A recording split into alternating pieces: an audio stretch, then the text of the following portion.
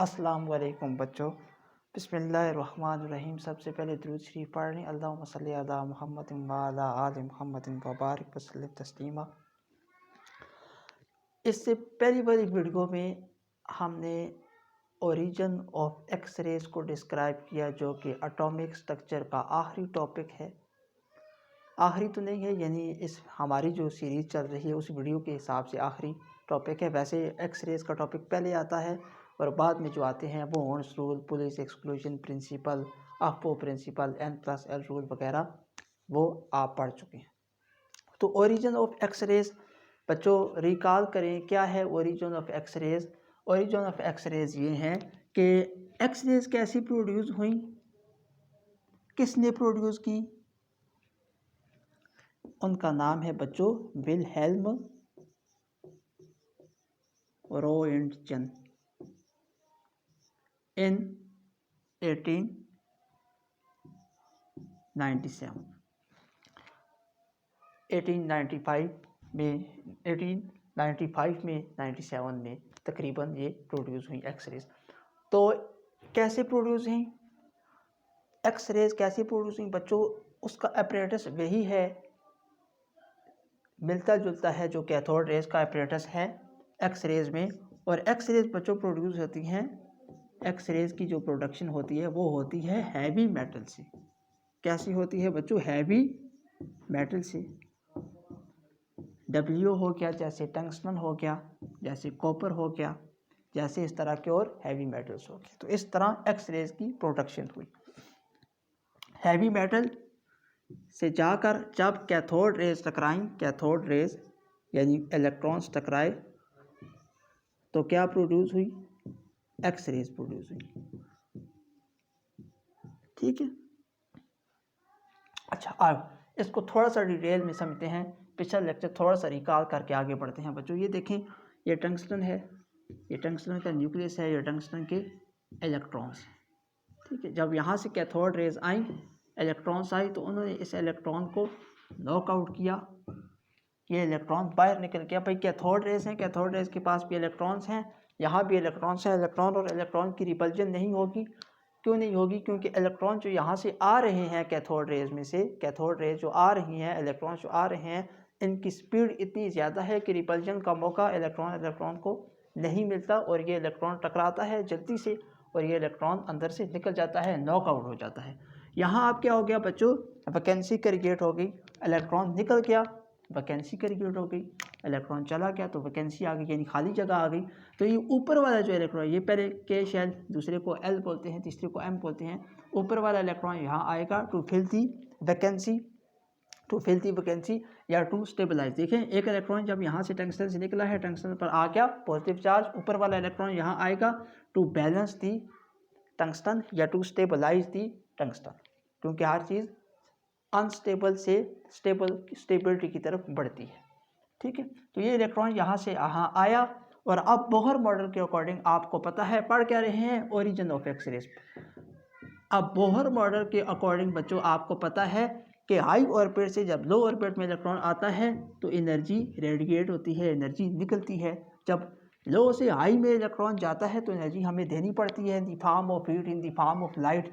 जब high orbit से लो orbit में इलेक्ट्रॉन आता है तो एनर्जी डिसिपेट होती है, एनर्जी रेडिएट होती है, निकलती है। ये भी इसी तरह की एनर्जी निकली, इसको आप फोटॉन्स कह सकते हैं, ये एनर्जी निकली, या इनको आप रेडिएशंस कह सकते हैं, इलेक्ट्रोमैग्नेटिक रेडिएशन। ये जो इलेक्ट्रोमैग्नेटिक रेडिएशंस निकली बच्चों, ये नई किस्म की रेडिएशंस थी, यानी इससे पहले ये रेडिएशंस डिस्कवर नहीं हुई थी। ये नई किस्म की रेडिएशंस थी या नई किस्म की रेज थी, तो इसको हमने नाम दिया एक्स रेज का। इसको हमने क्या नाम दिया, एक्स रेज का। फिर हमने इसकी वेवलेंथ मेजर की, तो वेवलेंथ जो पहली कैथोड रेज वगैरह हैं, जो पहले विजिबल लाइट वगैरह है, उससे इसकी वेवलेंथ बिल्कुल मैच नहीं करती। इसकी वेवलेंथ बच्चों वेरी वेरी शॉर्ट है। कहाँ, 0.1 से 20 एंगस्ट्रॉम तक एक्स रेज की वेवलेंथ है। अच्छा, यहाँ तक की बातें आपको समझ में आई। चलिए आगे इसको नोट करें, इसको नोट करें, आगे फिर हम एक्स रे से आगे बढ़ते हैं। तो ये है बच्चों origin of X rays, origin of X rays. Electron vacancy create हुई, इलेक्ट्रॉन एल से आया के में, तो इसको बोलते हैं के सीरीज। इलेक्ट्रॉन एम से आया, मिसाल के तौर पर एल में वैकेंसी क्रिएट होगी, यहाँ कैथोड रेज आई, उन्होंने टकराया, इलेक्ट्रॉन से टकराया एल में वैकेंसी क्रिएट हुई। आगे जो एम शेल था वहाँ से इलेक्ट्रॉन आया और वहाँ उसने एल की वैकेंसी को फिल कर दिया, तो उसको आप बोलेंगे एल सीरीज़। इसी तरह एम की वैकेंसी को फिल कर दिया, उसको बोलेंगे एम सीरीज़। तो इस तरह नाम है K series, L series, M series. ठीक है, अच्छा ठीक है बच्चों, K series, L series, M series. अच्छा, K series, L series, M series क्यों बोलते हैं? क्योंकि जो एक्स रेज का स्पेक्ट्रम हमारे पास बनता है उसमें एक लाइन नहीं आती, one line is further divided into other lines. ठीक है, जैसे बच्चों बामर सीरीज़ आप पढ़ चुके हैं, लाइमन सीरीज़ आप पढ़ चुके हैं, उसमें क्या था कि इलेक्ट्रॉन पहले शेल में आकर जब गिरता है, इलेक्ट्रॉन जब पहले शेल में आकर गिरता है, फिर इलेक्ट्रॉन हमने कहा दूसरे से पहले में आया, फिर तीसरे से पहले में आया, चौथे से पहले में आया, पाँचवें से पहले में आया, तो ये सारी एक सीरीज़ बन जाती है। ये सारी क्या बनती है? एक सीरीज़ बन जाती है, इसलिए हम इसको सीरीज़ कहते हैं। मसलन देखिए ना, ये इलेक्ट्रॉन के में से निकला, इलेक्ट्रॉन के में से नॉकआउट हुआ, ठीक है। अब एल से वैकेंसी फेल हुई, हो सकता है वैकेंसी एम से भी फेल हो, बात समझ रहे हैं मेरी? यहाँ इलेक्ट्रॉन के से अगर इलेक्ट्रॉन नॉकआउट हुआ बच्चों, तो हो सकता है एल से वैकेंसी इसकी फेल हो सकता है एम से फेल हो सकता है एन से फेल हो। तो बच्चों ये सारी एक सीरीज़ बन जाती हैं एक्स रेज के स्पेक्ट्रम में, जिसको के सीरीज़ बोलते हैं। फिर एल सीरीज़ में भी इसी तरह की बात है, एम सीरीज़ में भी इसी तरह की बात है। समझ आ गई आपको? चले, उम्मीद है आपको कुछ ना कुछ समझ आएगा। तो ये बच्चों है एक्स रेज का ओरिजिन, एक्स रेज का ये ओरिजिन। आगे बढ़ते हैं हम। अब एक्स रेज के यूजेस को हल्का सा टच किया हुआ है आपकी बुक में, उसके बाद हम फिर मोज़लेस लॉ पढ़ते हैं। देखें, एक बताया हुआ है to find the internal structure of bones of human body. X rays का एक ये यूज़ है बड़ा ज़बरदस्त। ठीक है बच्चों, कुछ ना कुछ दिखाई पड़ रहा है आपको, for internal structure of bones. अच्छा, दूसरा वेरी इंपॉर्टेंट यूज़ वो क्या है?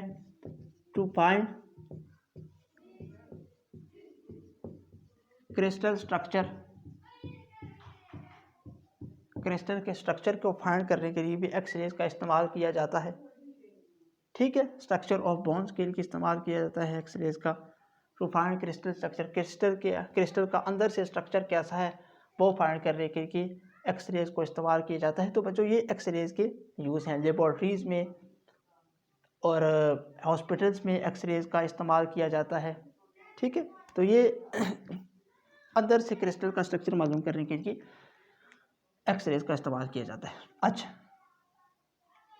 बस ये देखें, आपके पास ये कोई चीज़ है, उसका मान लें लेयर्स हैं, ये लेयर ऑफ एटम्स है, ग्रेफाइट का समझे, आपने इसका क्रिस्टल स्ट्रक्चर मालूम करना है। ठीक है, एक्स रेज इसमें से फाल कराएंगे, एक्स रेज क्या होंगी? डायफ्रैक्ट होंगी। ठीक है, अच्छा, फिर यहाँ से ये एक्स रेज यहाँ से पास हुई, यहाँ फिर एक और एटम था, यहाँ एक और एटम था, यहाँ से फिर डायफ्रैक्ट होगी। ठीक है, तो अंदर किस जगह पर क्रिस्टल के एटम्स मौजूद हैं वहाँ से एक्स रे डायफ्रैक्ट हो जाती हैं। और वो एक्स रेज जिस जगह से डायफ्रैक्ट होती हैं, ये जितना डिस्टेंस ये एक्स रे ने, ये पहली जो एक्स रेज थी, ये पहली एक्स रे रे 1 है जो, और रे 2 है।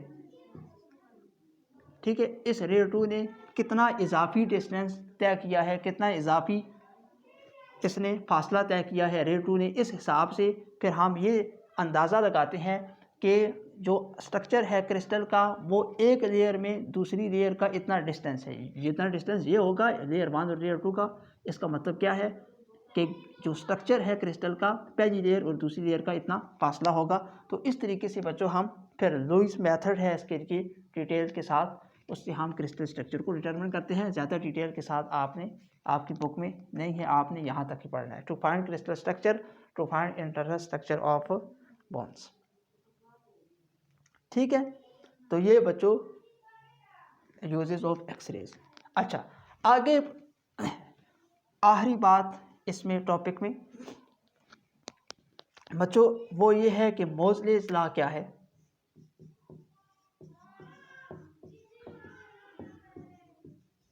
अच्छा, मैं आपके सामने पहले मैथ लिखता हूँ इसकी।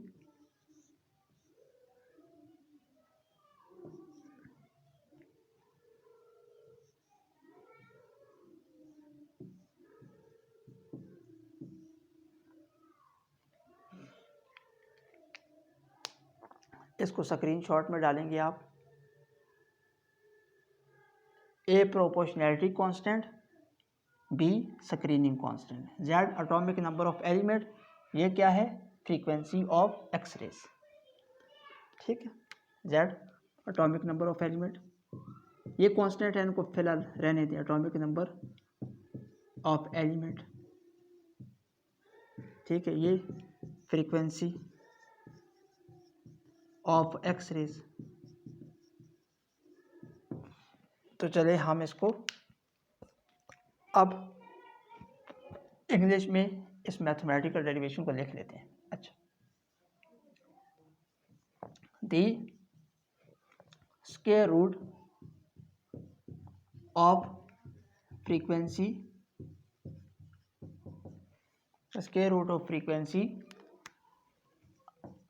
ऑफ स्पेक्ट्रल, एक लाइन होगी ना, पर्टिकुलर लाइन होगी जिसकी फ्रीक्वेंसी होगी, spectral line of X rays is directly proportional to the atomic number of element.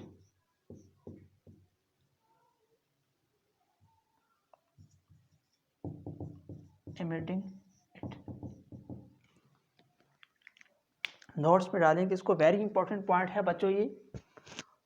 Square root of frequency of spectral line of X is directly proportional to the atomic number of element emitting. मतलब क्या हुआ अभी समझाते हैं।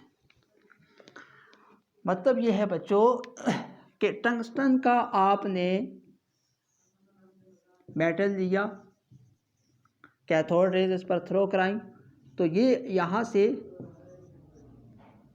जब cathode rays, जब यहाँ से ये रेज इमिट होंगी जिनको एक्स रेज कहा जाता है। अच्छा, एक और बात, अभी थोड़ी देर पहले बच्चों आपको बताया है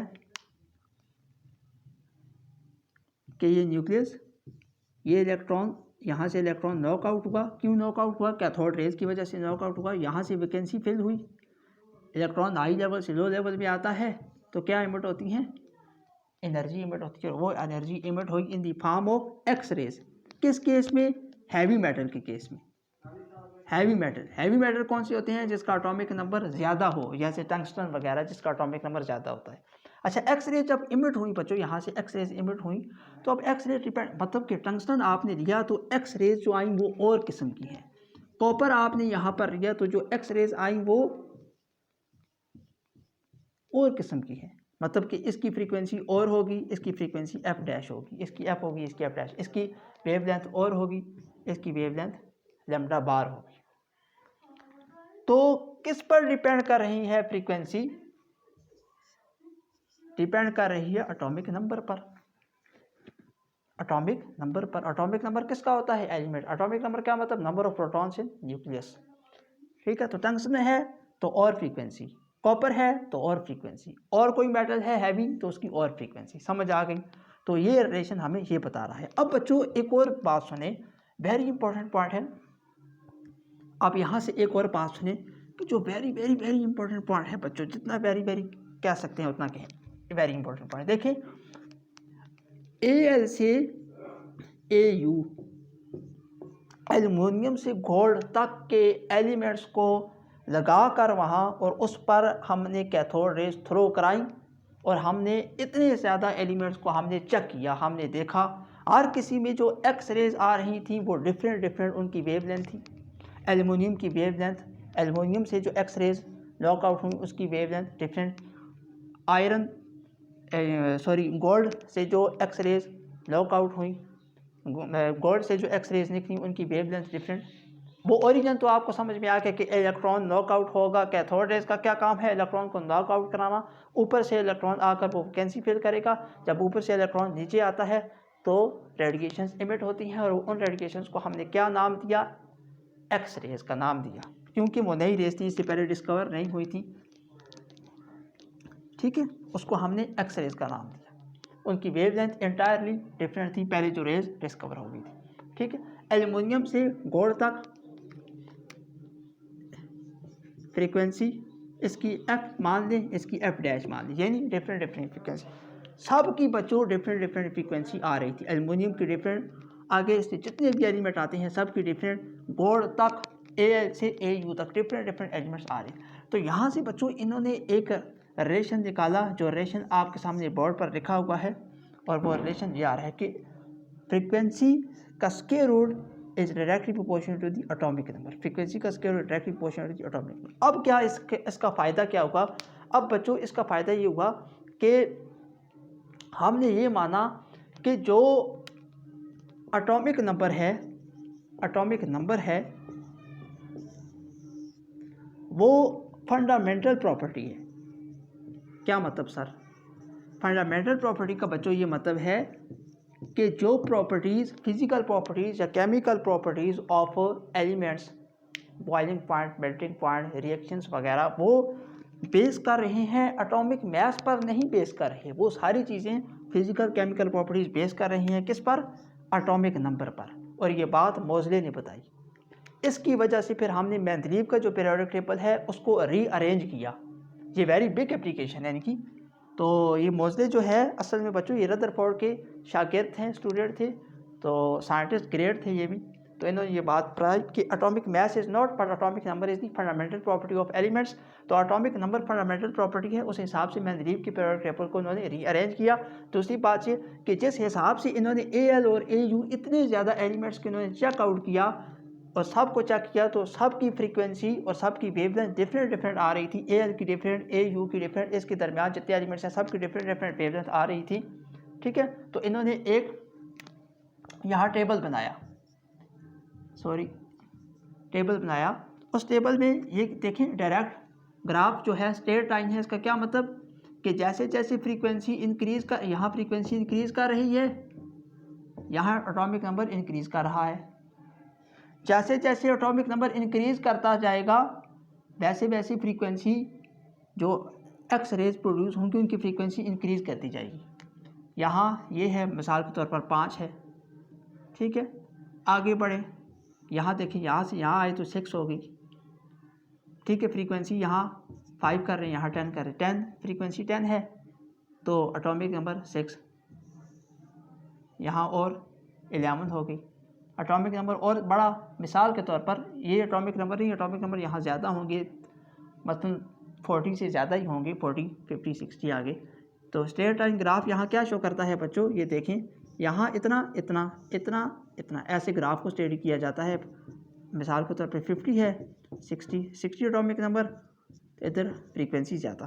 तो मतलब इन्होंने यह ग्राफ बनाया कि एटॉमिक नंबर बढ़ता जाएगा तो फ्रीक्वेंसी ऑफ एक्स रेज बढ़ती जाएगी। अच्छा, अब फ्रीक्वेंसी हर किसी की अलग-अलग आई। अब क्या हुआ कि पीरियोडिक टेबल में कुछ जगह खाली थी, इनकी ग्राफ में कुछ जगह खाली बची,